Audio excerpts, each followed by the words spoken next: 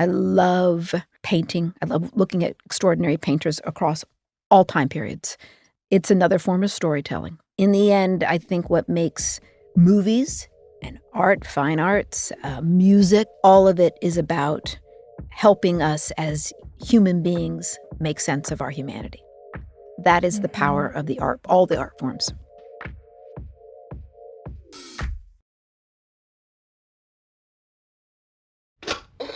You're listening to PROX.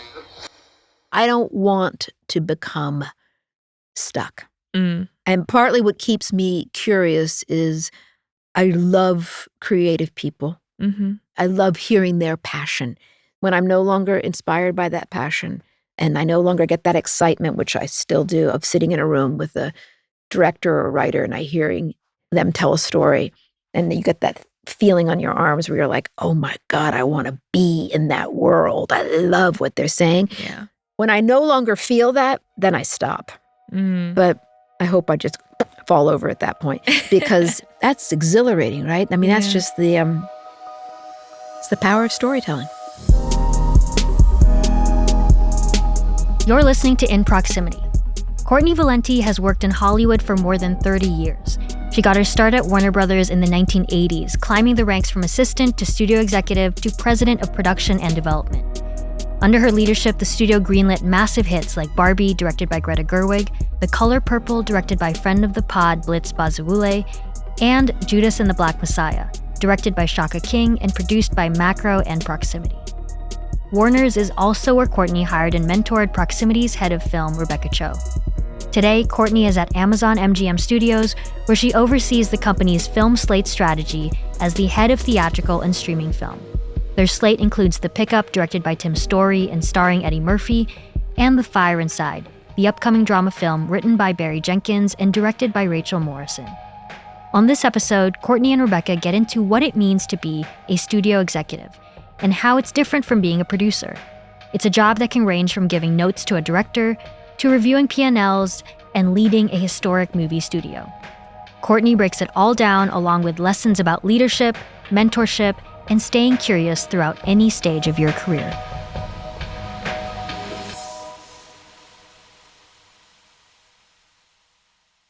Welcome to In Proximity. My name is Rebecca Cho. I am the SVP and head of film at Proximity Media, and I'm here today with Courtenay Valenti, the head of streaming and theatrical films at Amazon MGM. Welcome, Courtenay. Thank you. I'm glad to be here. We're going to start with our Get Real segment. Okay, let's go. Okay, which film have you seen countless times and why do you keep coming back to it? That is a really hard question because there are multiple films I've seen countless times. But, oh my goodness. Well, I just recently saw Heat again for like the 10th time. And I love that film because it has this sort of collection of extraordinary actors, unbelievably shot. Storytelling is just vivid, but it also is more than an action film. It really is a story with larger, grand thematics that I think play out no matter what the era is. But I could list off so many films that I love. Butch Cassidy and the Sundance Kid and Reds and, oh my God, just watched Creed 3 again recently. I'm a movie lover, so the list is long. Yeah. You can't just relegate me to one. This is a tough one. I have recently rewatched When Harry Met Sally, which I think is one that many people rewatch. Love. And it's one of those movies that I feel like can't really get made today, but I can't believe it got made. I think it could. I think great character-driven pieces can. Yeah, maybe. Maybe one day we'll be able to make another classic like When Harry Met Sally. Outside of film, what art forms or hobbies inspire your creativity? Multiple. I am an avid museum goer. I love painting. I love looking at extraordinary painters across all time periods. I find it's another form of storytelling. And in the end, I think what makes movies and art, fine arts, music, I love live music, I love listening to an album, all of it is about helping us as human beings make sense of our humanity. That is the power of all the art forms. Absolutely. I would agree with you. I think all of those kind of speak to the same impulse to make sense of who we are. And to lose yourself in a feeling. Yeah. I'm excited. I'm excited to open up a film reel. Don't think I've seen one of these in a long time. What is the best piece of career advice you've ever received? Ooh. I feel like it might be something you told me very early on in my career working for you, which is to always be learning something and to be working with great people. And that's something I always do a little checklist of for myself whenever I find myself facing new opportunities or new experiences, to make sure that those are things that I'm constantly doing. We keep learning and stay curious, we stay alive. So I've received many pieces of good career advice, but I'll say that one of the best ones I received really early on in my career was, the road is long and what matters most is your reputation. And what this woman meant, who I was working for at the time, her name is Lucy Fisher. She was a senior executive at Warner's and exquisite, and I learned so much from her. What she meant by that is, and I think I probably have said this to you in the past, your reputation is everything. So people remember, and they will remember what you did 10 years ago. And you're going to be working with many of the same people over and over again through your career. So how you conduct yourself at every stage of the way matters. Being honest and direct and transparent, and also admitting when you've done something wrong and you've made a mistake. And it's just that being direct, clear, responsible, doing the work, doing what you say you're going to do, even down to the little things, which is what I learned from Lucy, of you return all your phone calls every day, and if you can't return them, you let someone know you're going to get back to them via text or your assistant or someone 24 hours. People submit something to you. You get back to them respectfully. These little things all add up and they matter. So it's stayed with me for 35 plus years. And I always tell it to other people too as they're starting in their careers.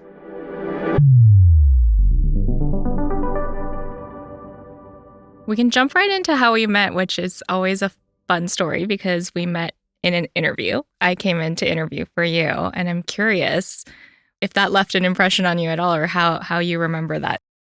I am filled with many memories, but it's not so much the specificity of that interview. It's that period of time when you were working as my assistant, and it was sort of clear to me after about 24 hours that you were a rock star and that you were going to be zooming on to great heights very, very quickly. And what struck me very much in the whole time we worked together was the depth of your intellect and your intelligence, but your obsession with film and your knowledge of film and story and narrative. And I think that's so key to anyone working in this industry, because it's hard and it's not always, the path isn't always direct for you to get to where you want to be. So you really have to love it.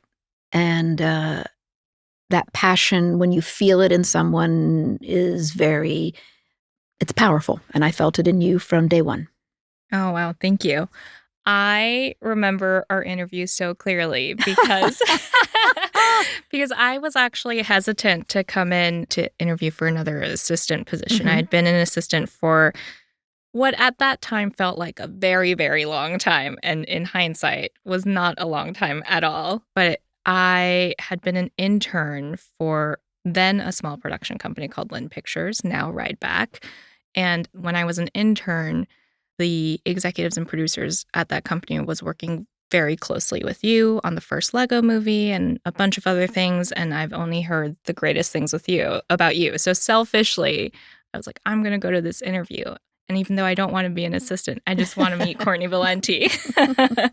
And then I was absolutely mesmerized by your grace and your experience and the way you talked about movies. And it sort of convinced me in that moment. I was like, I need to work for her. I need to learn from her.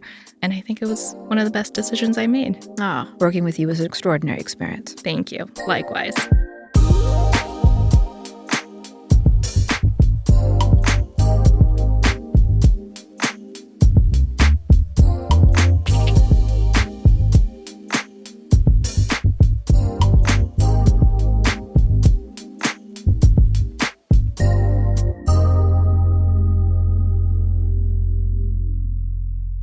it's always fun to talk about how we met, but I think it's also potentially important for our audience to talk about what the job was Sure. that you were doing at the time and still doing. Curious if you wouldn't mind explaining what the path of a studio executive is Sure. and what the role of a studio executive is. Absolutely. Now, when I sort of compare and contrast with a producer, producers tend to have less projects and they dive in incredibly deep, right? And there's there at every step of the way.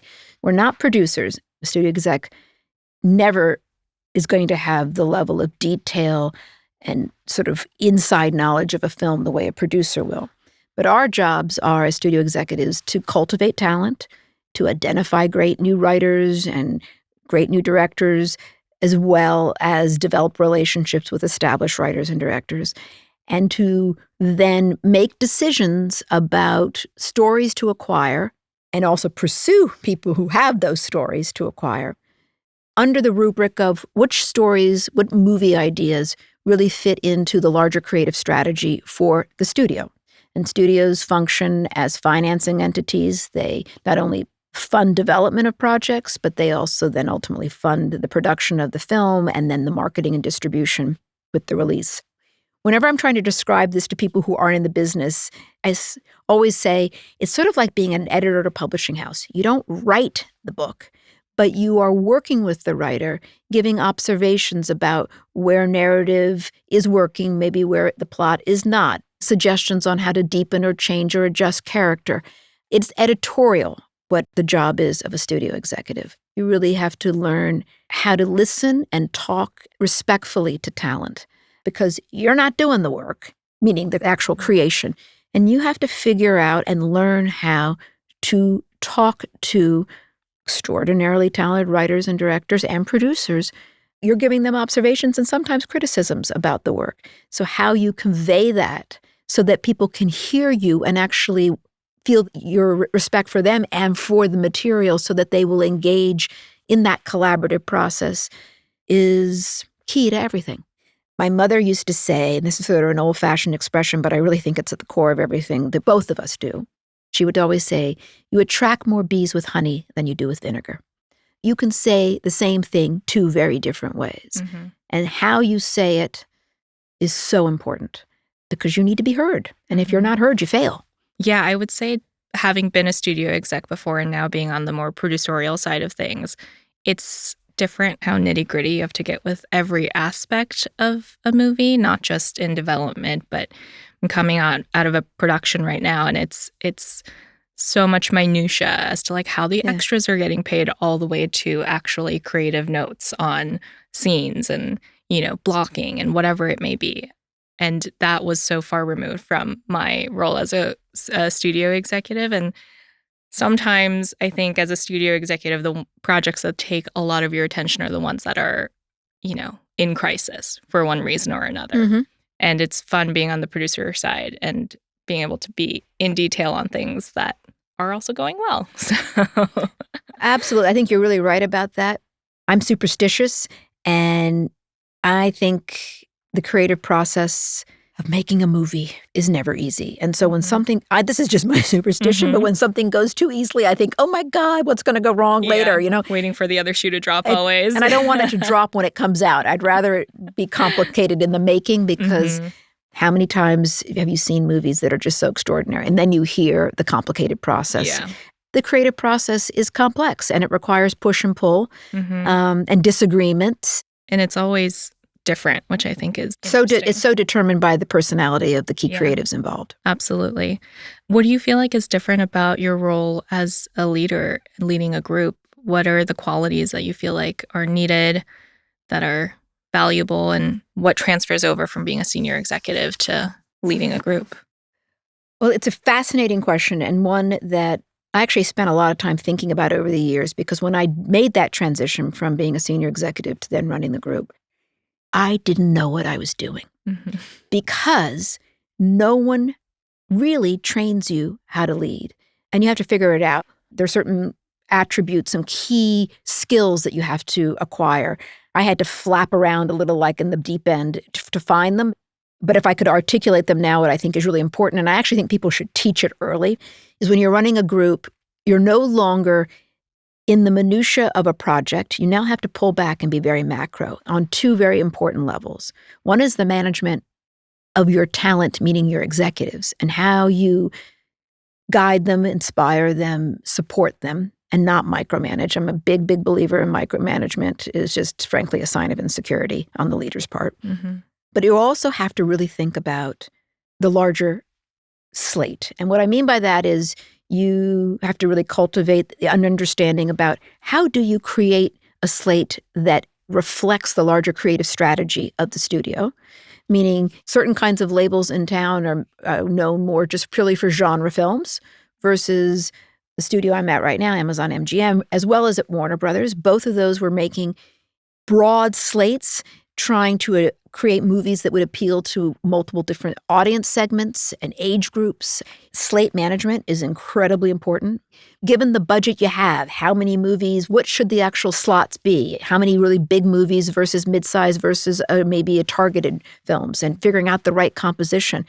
That's not obvious, and that takes time to really figure out. Learning about becoming rather adept at sort of financial modeling and understanding how to read a P&L, profit and loss statement, a financial document that evaluates the potential financial return you will make on a film depending upon the investment. So it accumulates all the potential revenue streams, puts it against minusing out all the expenses you have in order to bring the movie to life, and then it calculates a margin, a return on the investment. I didn't learn how to read a P&L until much later, and it's when you actually look at the realities of what it takes to have a return on the financial end, it's kind of shocking sometimes. People make very glib assumptions about, this movie can open to this much and do X amount, but then you got to really figure out, well, if that's what you think it is, and how did you get those numbers, and did you look at comps? And then past is not always a reflection of the future, but you have to start somewhere to figure it out, and then that helps you back into what the price point should be of the movie. Anyway, that takes time. And then there's people management. And I think, you go from a time where you're so focused just on yourself and your own slate to now having to think about, how do I help people find what they're really strong at and great at? And how am I also honest with myself about what my strengths are and my shortcomings? So I think it's really important as a leader to not only know what you're good at, but what are your shortcomings? And how do you bolster those with other people that you work with? And the same thing goes for your executives that you're leading and working with.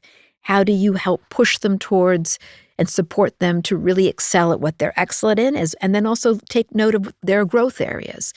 How do you help people with their career development, which is really important? Everyone wants to keep moving along and growing, and you have to, as a leader, help them achieve those goals. Yeah, definitely. I think these are all things that I wouldn't know how to learn them until you trial and error, fail at it, succeed at it, figure out your own version of it. I think we might do better by people if we gave them a little bit more guidance and a little bit of some of the skill sets before we throw them into the deep end. We're big on throwing people into the deep end and hoping they can swim. That seems to be the mode of operation most of the time. Do you think there's anything you learned, like as a senior executive, that prepared you for some of those leadership roles, or leadership qualities that you had to learn? Is there things that were transferable in your opinion, or? Oh, without a doubt. So much of being a leader is listening. Communication, listening, all of those things that make you, I think, a successful executive are definitely transferable when you're leading. Those soft skills are all developed as an executive overseeing material and projects. What I was also talking about are some just very concrete skills that I wish I had had earlier, but then you acquire them by being curious, asking questions, and being honest about what you don't know. This is actually a really big thing I think is really important. I think too many people are embarrassed to say what they don't know. I am much older than you are. And I'm 60. And let me tell you something, I'm learning all the time. And I think it's really important to learn and to ask questions. And I can't tell you how many meetings I sit in now, even while I go, I'm sorry, I don't understand that. What was that? Can you explain that again? And I take notes all the time, Still to this day, I'm always carrying around a notebook. Anything I ever hear that I don't know, I write it down. And at the end of the day, I figure out someone I can go ask to explain it to me. And I've been doing that since I was 25 years old, starting as an assistant in this business. Because the worst thing you can do is not be honest about what you don't know and not seeking the help and not actually getting the support that you need in order to do a great job. Yeah, absolutely. I think it's really hard in this industry, I think, to admit things you don't know or things people say in meetings that everyone assumes you understand. And you're like, oh, I've never heard that before. I've never seen that before. I actually have tremendous respect for anyone who says that in a meeting. Yeah. I think that's brave. Yeah, I think so too. But I think the environment of the industry makes it very difficult for people to say that or to raise their hand and ask questions. I agree. I remember really early on in my career when I was a creative executive working on Wyatt Earp, which Lawrence Kasdan wrote and directed. Kevin Costner was starring. And in Warner Brothers was producing, making. This is in the early 90s. And I really wanted just to go be around him and be on set. And I was the baby executive on the movie. But I also knew that he probably didn't have a lot of patience for some newbie who didn't really know what they were doing. But I did a set visit, and I think he was like all people, as you imagine you feel when people come from studios to visit, you kind of want them to come in and get out really quickly. But I just wanted to be around. I wanted to learn. Yeah. So I sat on an apple box for 3 days, never said anything, but would take notes and just watched. And I would go and I found different people on set just to talk to, like, maybe the second, or I would go talk over to the wardrobe department, or I would go talk, to the assistant to the line producer. I would just go talk to people, ask them questions. And I was curious, and I just sat there quietly. And on the 3rd day, Larry came up to me at the end of the day and he goes, "Okay, kid, what do you want to know?" Wow. I knew my place at that time. I shouldn't get in the way. But I think I was just persistent and quiet. And it's so you show your interest and your willingness to just be there.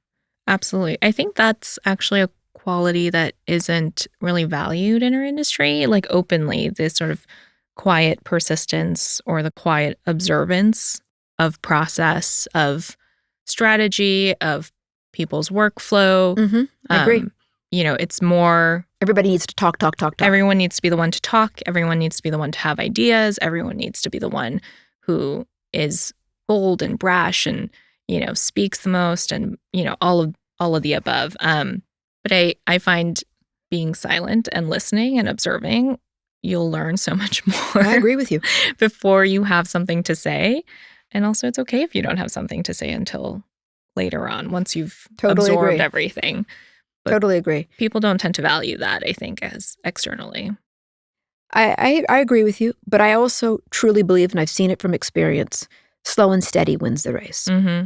It's not racing along, trying to see me, look at me, and I need that next job and I need that next pushing your way through. I think learn and slow and steady, you'll outlast all the people who got rash and weren't committed to really learning their craft.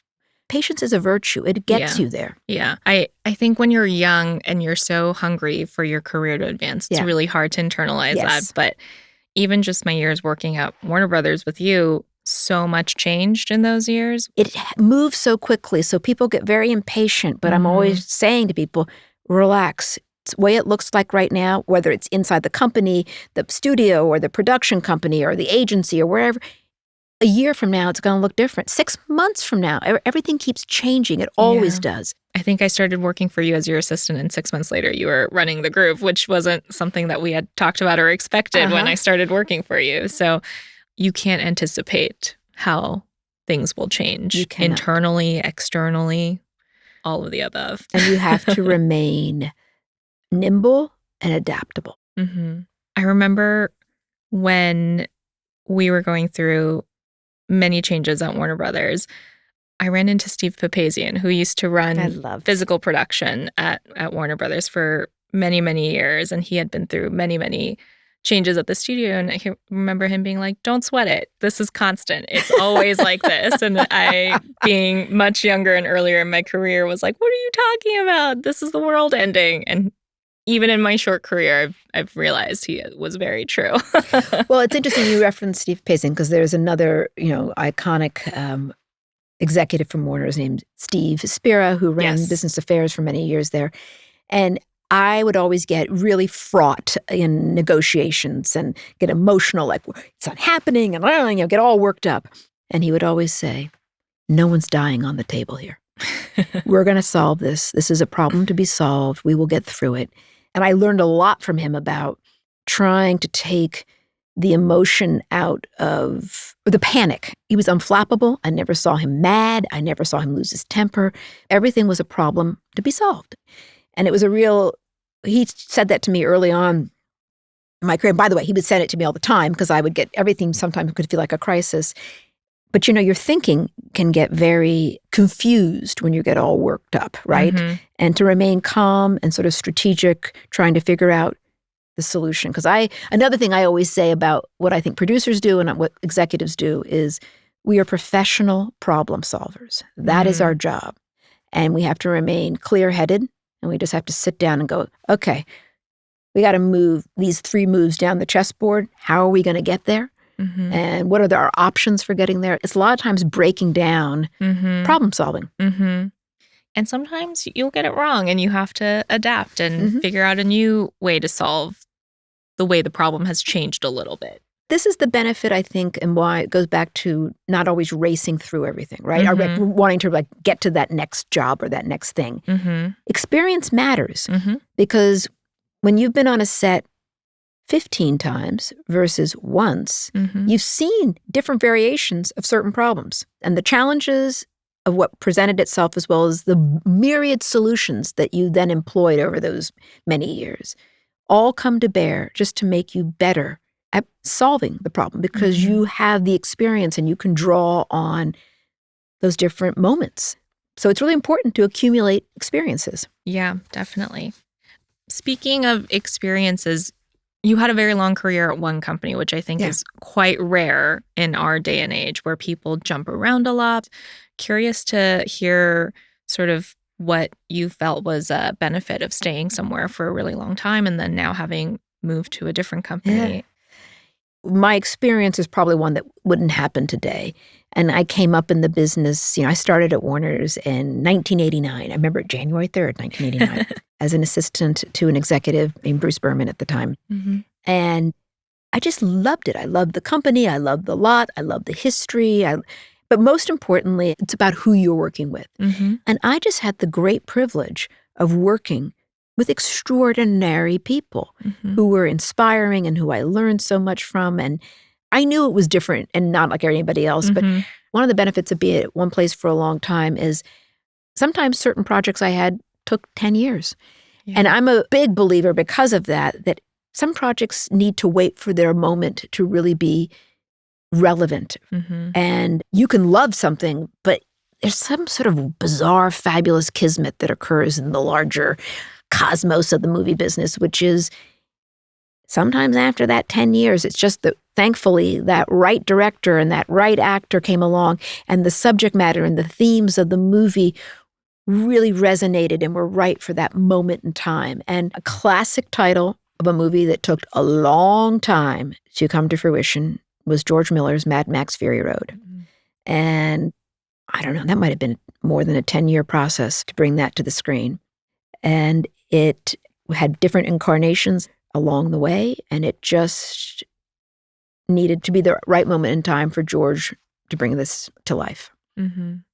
So I felt patient. And I would stay committed to something because I really felt there was something there. But it was always interesting to me how sometimes things just came along, and it became its moment and its time. And I never thought I was going to leave. And then when I ultimately did, what I've learned recently is how exhilarating change is, and how you get inspired in a different way because you're in a different environment and a different culture and how much you learn. And because I went from a company that was really historically a theatrical distribution company, a legacy entertainment company and revered one, to a company that is both this combination of legacy entertainment with the MGM, combined with the sort of innovation and the sort of ethos of of a tech company, Amazon. And when I describe it now to people, I say it's like 1 + 1 = 5 because it's just wonderful. And I really believe, I now feel like I'm at the future, like I'm at where the industry's going. I love that. I love that even after 30 somewhat years, there's still more to learn. I'd be curious to know like what you feel like you do to keep yourself from falling into being jaded or judgmental and staying open and curious to all of the new things that are possible. I don't want to become stuck. And partly what keeps me curious is I love creative people. I love hearing their passion. When I'm no longer inspired by that passion and I no longer get that excitement, which I still do, of sitting in a room with a director or writer and I hearing them tell a story and you get that feeling on your arms where you're like, oh my God, I want to be in that world. I love what they're saying. Yeah. When I no longer feel that, then I stop. But I hope I just fall over at that point because that's exhilarating, right? I mean, that's just it's the power of storytelling. Yeah. To inspire, to take you someplace you haven't been before, to allow you to feel an emotion you either are familiar with or you're not or you don't want to feel. That's the power of movies. Yeah. Or in books and all of it, but that's what you and I love about movies. Yeah. It's so funny how ultimately that feeling of being in a room with someone who's smarter than you, who's more creative than you, who has a passion for storytelling or a passion for a story, what you can sort of feel in that moment. I think it's so hard to replicate or manufacture. And it's interesting how at the end of the day, despite all the politics or the management or all of that, like that's what it sort of like it's boils down it's to. all about passion and specificity of voice and vision. Vision is everything. I can't remember if you worked on this movie with Nigel Kirkendall, who at the time was a EVP of production at Warner Brothers Pictures and is now a VP of film at Netflix. But it's something that Ryan produced. Judas and the Black Messiah with Shaka King directing. Yeah. When Ryan first talked about like what he was hoping to accomplish with the film and the story, it just hooked me. And then to hear Shaka talk about it with such a clear vision about every scene and every frame and how he was going to both tell the story of an icon, but also tell it through the lens of a thriller, right? And that's what you seek. You seek to find in our jobs, both as a producer and executive, what you're seeking is to find a vision that is compelling, a point of view on a story. Yeah, absolutely. I worked on Judas at the tail end of it, but it was always so inspiring to hear Shaka and Ryan and everyone else on that movie just speak about what this movie could be, what it meant, and then to see it come to life. I think that's the magic of what we do. Because we don't have, we're just responding to vision, right? So we'll read a script and then you hear a director talk about it and it becomes a little bit more vivid. And then you see the footage being shot and then it becomes a little bit more apparent, a visual style. And then there's the magic of post where the movie's made all over again. And multiple different movies can be made. Infinite different versions of a movie can be made in post. And then you get to experience it again. And that, I love that iterative and also revealing process, right? It's like different layers of the onion, the skin's being peeled off and you're getting then ultimately to what it is. Yeah, no, definitely. It's fun to watch a movie start out as one thing and then transform into something that resembles what it originally was, but is also wholly different and original on its own. I find that to be such a fascinating process of movie making because so many people collaborate on it. So many people's opinions and thoughts and creativity and work feeds into that process. Without a doubt. But then in the end, it has to all get filtered through the vision of the director. Definitely. Curious like how you manage different personalities, especially working with creatives and people who have sensitivities. And as you said, sometimes we're giving praise, sometimes we're giving criticism, sometimes we're in a place where we have to have very difficult conversations with people who we are working with, continue to work with, and hope to have a long-standing creative relationships with. curious how you like approach those very difficult situations and managing different personality types. Always with compassion. Mm. We're all human beings, right? We want to feel safe. Especially, I think artists do when they move through the world exposed all the time. So I am very direct and really straight and really transparent, and I do not say one thing and mean another. And I sometimes overshare in my transparency because I think if people really feel like, no, she's not doing that namby-pamby kind of studio exec thing where they say nothing. I'm not doing that. I have found that if you're direct and clear and respectful, you can get through almost anything. And I think you have to be really, really sensitive to the fact that you didn't write it, you didn't act in it, and you didn't direct it. And the other thing that I really found over the years is that, look, you have to gain the trust of creative people. And one of the ways you gain trust, I've found, is when you're willing to fight for them and you go to battle, sometimes with your own studio, trying to like protect them from whatever it is going on. Once you've been able to actually show that you have their movie in its best interest and you will go to fight for them, then when you come back going, we can't do this, whatever it is, and you now need their help on something, people are far more open to now maybe doing something that they might not have originally wanted to do because they understand that you went and threw yourself on the train tracks for them. So you can't play it safe. Yeah, absolutely. Do you feel like there's a difference in how you manage your team of executives and how you approach managing the creative talent that you work with? Is there sort of different skill sets for you when you approach those things? You know, I knew you were going to ask this question. And I've been thinking about it because they're very similar attributes and considerations. Ultimately, manage sometimes almost can sound like you're controlling. So I almost feel like it's interacting, right? How we interact with creative talent. How do we interact with our colleagues? I think there's a lot of very similar skills or qualities that you have to bring to it. I do find, weirdly or maybe not weirdly, that a lot of this is easier now at this point in my life versus 20 years ago. I think a lot of people in our youth-obsessed business don't want to admit where they are and on that age scale. And I am like thrilled and ecstatic to be where I am. Yeah. And a little bit more of it's not maternal, but it's just a more, I don't know, I've been doing it a long time and I think people can feel safe with me.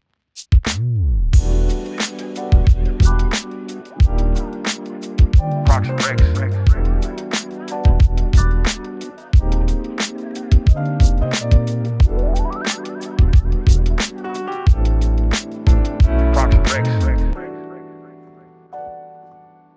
At the end of our podcast episode, we always like to do a little recommendation of anything that you're reading, listening to, watching, anything that helped you become a better leader or manager. I thought about this question for a while, and I can't point to a specific book or movie or podcast. It's more, to me, it's about the accumulation of extraordinary mentors. And I've had some extraordinary mentors, and I'm very grateful for that. I mentioned one person earlier, Lucy Fisher, who was the senior executive at Warner's back in the 90s.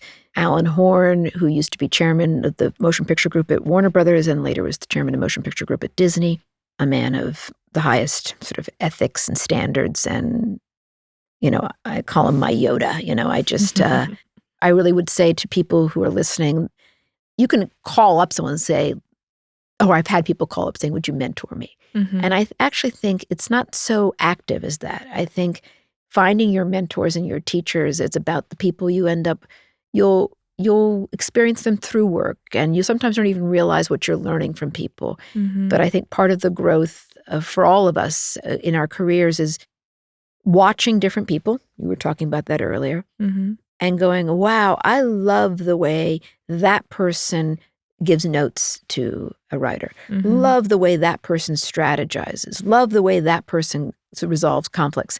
And you're sort of putting together all the pieces that fit and are authentic to you. Because I think one of the most important things to do as you're figuring out whatever you're doing in your life is being authentic to yourself and not trying to be someone you're not.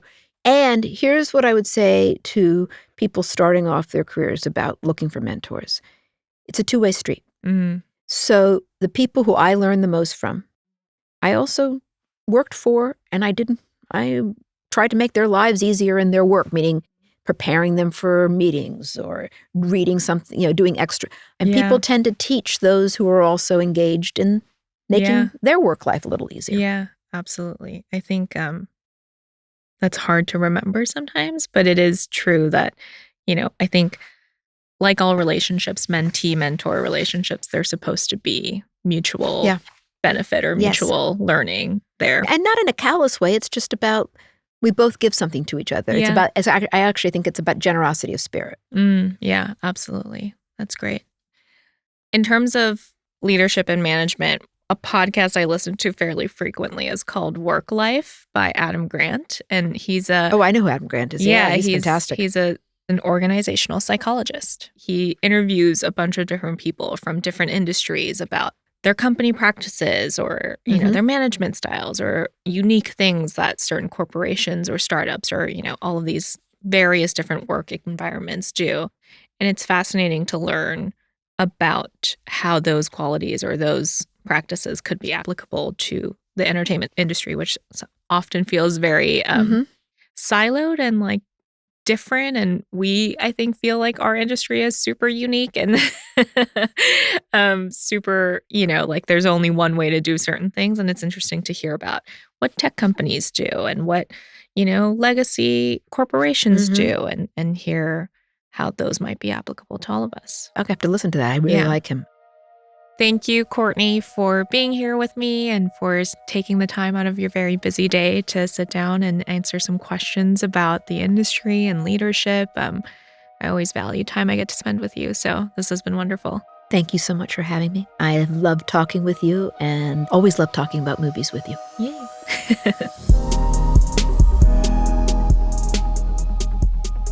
In Proximity is a production of Proximity Media. If you like the show, help us spread the word. Send a link to your friends and loved ones. Follow, rate, and review In Proximity on Apple Podcasts, Spotify, or your favorite podcast app. And follow us on social media. We're at Proximity Media on Instagram, TikTok, Twitter. To learn more about us and read episode transcripts, head to proximitymedia.com. In Proximity executive producers are Ryan Coogler, Zinzi Coogler, Sev Ohanian, and Paola Mardo. That's me. Our theme song and additional music is composed by Ludwig Göransson. Caitlin Plummer is our producer. Celine Mendiola is our associate producer. Our editors are Cedric Wilson and Judybelle Camangyan. Ken Nana is our sound designer and mix engineer. Isabella Miller is our production assistant. Alexandria Santana is our social media coordinator. Special thanks to all the other folks who helped make this show possible, the whole Proximity Media team, and to you for listening to In Proximity.